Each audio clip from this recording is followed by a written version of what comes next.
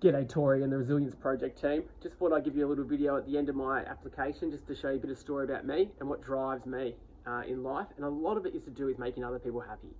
So I've done this in a lot of different ways.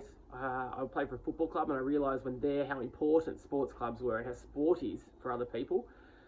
My club was struggling. We were on the brink of folding, so I decided to step up as a player and become president. Created a 5-year strategic plan to do that. Part of that was because I understand how important sports clubs are for people. It gives them an outlet, it gives them passion, gives them time to be in the moment and enjoying that time whilst there on a Tuesday, Thursday, Saturday, hanging out with your mates. You might have had a horrible day, but you've come to football and you're there, you're in the moment, you're getting your exercise in and you're around your mates. And I think that's really important. I felt there was a massive drive behind me making sure I couldn't let this football club fold. So the five-year plan didn't quite make it. We got to 6 years, but we did win that premiership in the end, first time since 1995 last year. So that was a really exciting part of mine to be able to make sure, more importantly, that club was sustainable to still give those people, young adults, a chance to have that outlet of a team sport.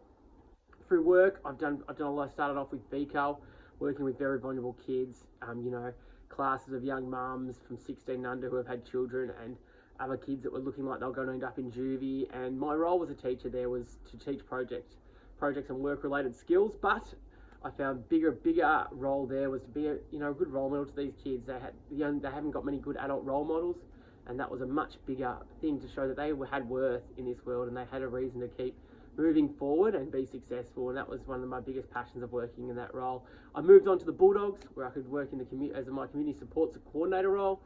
In that position, I got to work a lot with newly arrived refugees, making them settle more into Australia better. But one of the big things for me was working with intellectually disabled people.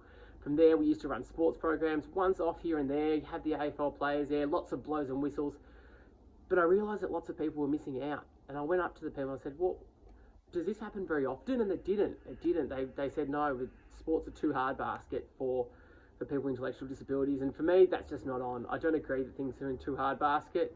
And that was boiling in me. And I left it for a year or two and I was in a really good job teaching sports development at Holmes Glen TAFE, but it was just boiling up in me and I felt like I needed to do something. So I created my own business, Disability Recreation Australia, now named Stylised Sports. And the idea there was to stylise the sports to fit the person and not blanket them in saying they can't play. After getting into it after a few years, I realised how important it was for them. The growth that I was seeing from these people who I was working with, being able to give them the opportunity to play sport, which they've been told for so long they couldn't do. But more importantly, what I've gotten from that was what they did for me. These people were the happiest people I've ever met. They were always excited, they were always happy to be there, and they had no right to be. They had physical problems, they had intellectual problems, they had visual problems, speech problems. All these things were working against them. They come from a lot of poverty-driven areas. Everything was working against them, but every day I'd see them, every day they were grateful to be there, and every time they were having the best time they could. And that was the biggest learning curve for me in that situation. I've learned a lot from it. Unfortunately, life gives you a lot of curveballs along the way. COVID's been a big one, massive one for me. My business has been hit pretty hard. I'm now looking, but with adversity comes new opportunities, and this job's come up, and I feel like I could be a real asset to helping you. I have the skill set for that, and I also think I have the same passion that the Resilience Project shows. So if this application's good, I'd love to talk to you more about it. If not, all the best in finding the right person for the job, and I really think you guys are doing a fantastic work. Bye.